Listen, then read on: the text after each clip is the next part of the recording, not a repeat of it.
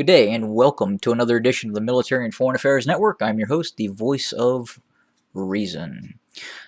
So this video is going to fall into the category of a very unfortunate lesson in insanity and just how important structural engineering is and how you should not take shortcuts in the building of especially residential condominiums in the state of Florida, given the nature of the weather that exists there.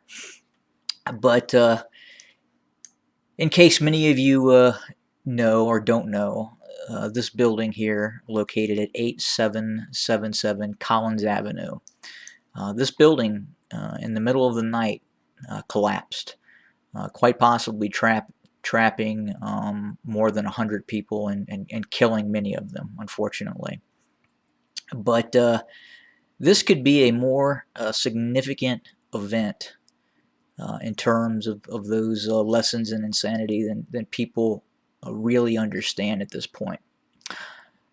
The state of Florida, specifically Miami all the way up to Fort Lauderdale, further north, has been witnessing a massive boom in the development and the building of these condominiums. And unfortunately, from the information that's been released so far, certain elements of this building was built flat.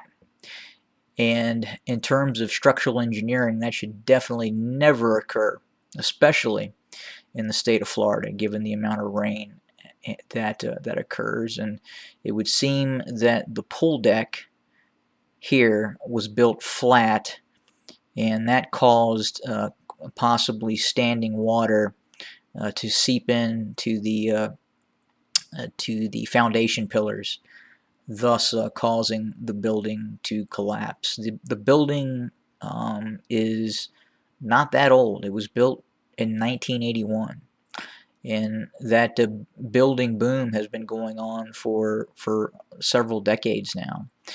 And many of these buildings that you will see as we kind of scroll north along north of Miami Beach, there is nothing but these condominiums, and many of them are now of the age or getting to the age of that building that actually collapsed.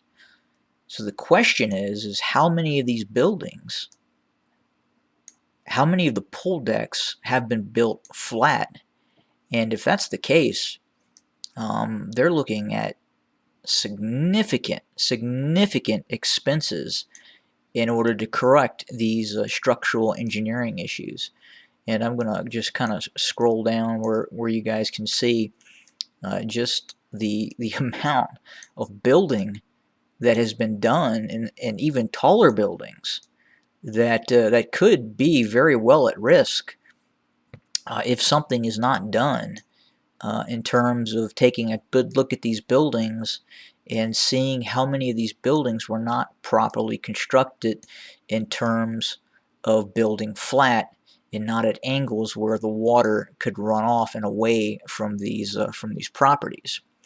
And just as we continue to scroll down towards Miami Beach, I mean, it is just incredible the magnitude that this could have on insurance companies.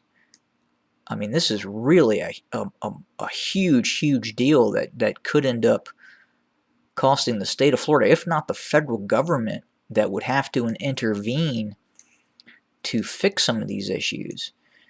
And again, kind of that lesson in insanity, while at the same time probably a much greater domestic issue than anyone really truly understands at this point. And you can see the type of building that has been done all over Florida, and they're nothing but condominiums. And the question is what percent of these has been built flat? What percent of these are in excess of 40 years old and could be facing some very significant structural issues?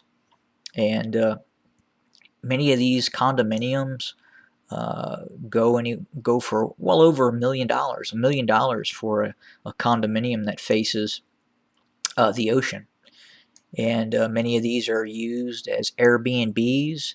And unfortunately, in the middle of the night, this building collapsed. And if you were in it, you probably didn't survive. And I think this is probably a much greater concern than people really understand at this point. I think people hear a building collapse in Florida, but it may be a much greater problem that people need to take a hard look at, and the monetary issues could be just really just. I mean, I don't even know where to begin. I mean, if you if you look at this and then question how many of these buildings were not properly built with engineering specifications that would prevent that sort of collapse. And some of these buildings are much bigger than the condo that went down. But